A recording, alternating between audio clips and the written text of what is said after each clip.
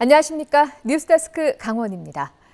설 연휴에도 멈추지 않았던 윤석열 정권 퇴진 촉구 집회가 이번 주말에도 계속됐습니다. 윤석열 정권 퇴진 원주 운동본부는 오늘 원주 의료원 사거리에서 일요 집회를 열고 윤석열 대통령의 즉각 파면과 윤 대통령을 옹호하고 있는 국민의힘 해체를 촉구했습니다.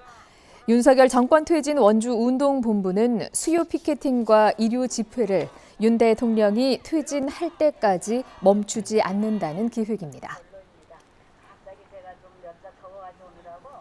오늘 오후 9시를 기해 강원 산지와 강원 내륙 일부 지역에 한파주의보가 발효될 예정인 가운데 절기상 입춘인 내일부터 당분간 강추위가 이어지겠습니다.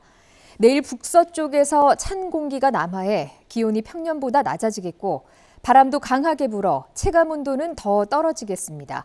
내일 아침 최저기온은 동해안 영하 3도에서 0도, 내륙과 산지 영하 7도에서 영하 11도의 분포를 보여 춘천 영하 8도, 원주 영하 7도, 강릉 영하 1도 수준에 머무르겠습니다.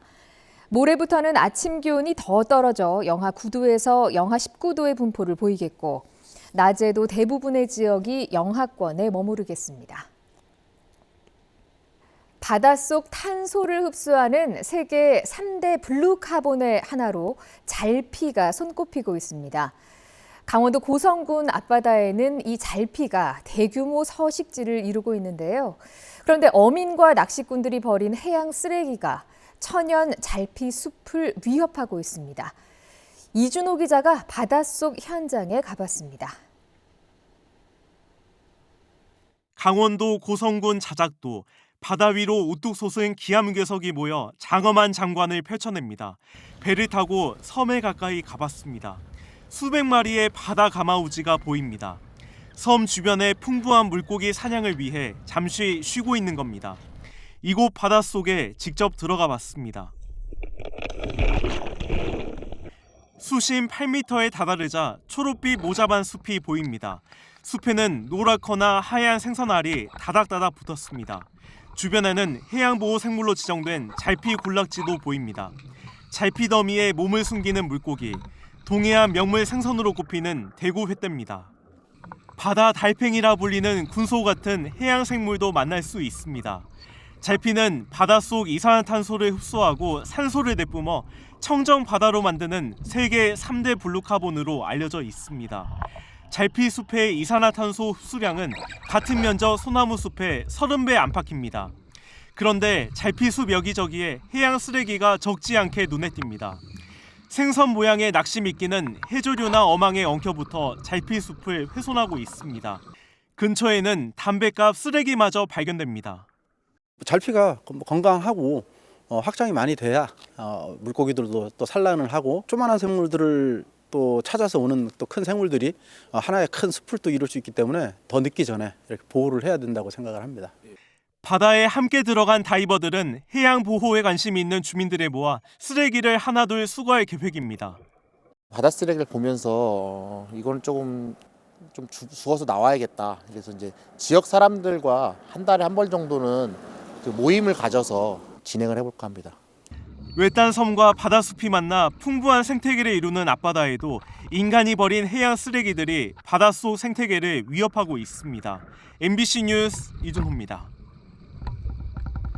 올해 초 토트넘에 합류한 양민혁이 한때 박지성이 몸담았던 2부 리그 퀸즈파크 레인저스로 임대 이적해 마침내 데뷔전을 치렀습니다.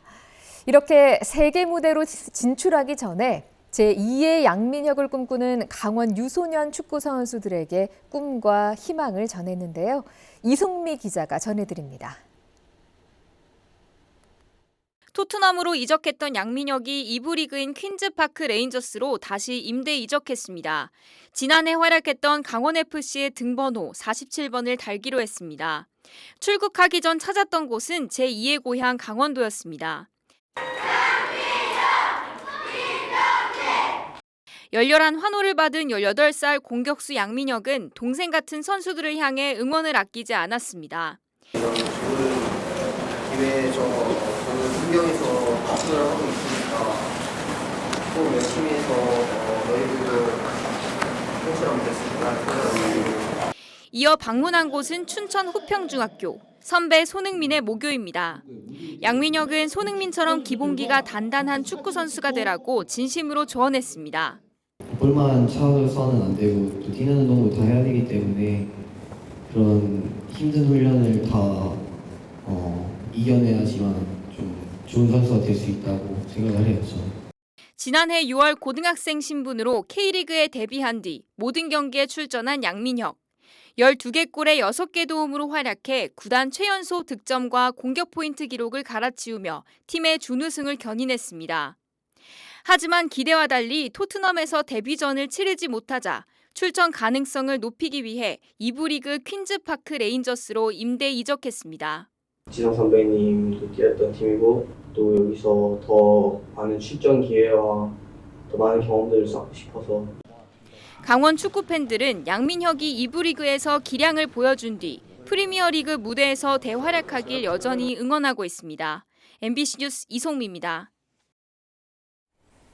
민주노총 강원본부가 지난달 원주의 채석장에서 발생한 20대 이주노동자 사망사고와 관련해 진상규명을 촉구하고 나섰습니다.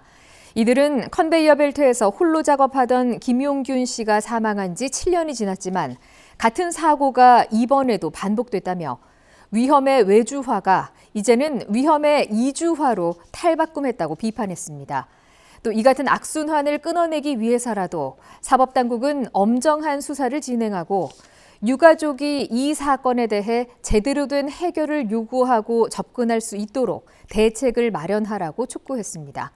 민주노총 강원본부는 내일 고용노동부 원주지청에서 기자회견을 열고 관련 대책 마련을 요구할 예정입니다. 김진하 양양 군수에 대한 주민 소환 투표가 내일 공고돼 오는 26일 투표가 실시될 예정입니다. 양양군 선거관리위원회는 지난달 말 주민 소환 청구에 대한 김진하 군수의 소명서가 접수됨에 따라 관련 절차에 따라 내일 오전 주민 투표일을 결정해 공고하고 모레부터 25일까지 선거운동을 실시할 계획입니다.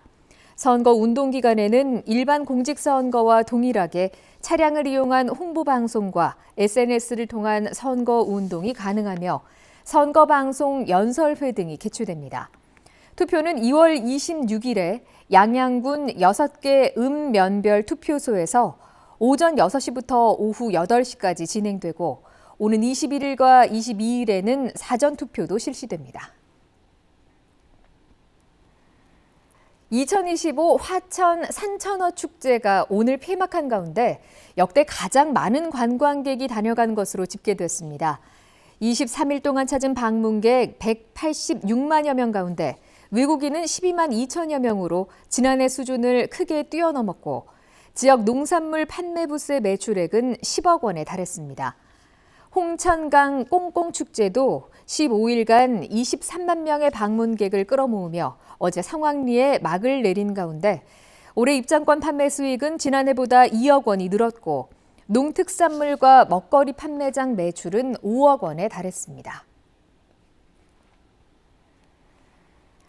지난해 서울을 제외한 지역 상가의 임대료가 하락하면서 양극화가 이어졌습니다. 한국부동산원이 발표한 지난해 4분기 상업용 부동산 임대 동향 조사에 따르면 오프라인 상권 침체가 이어졌습니다. 뉴스데스크 강원을 마칩니다. 고맙습니다.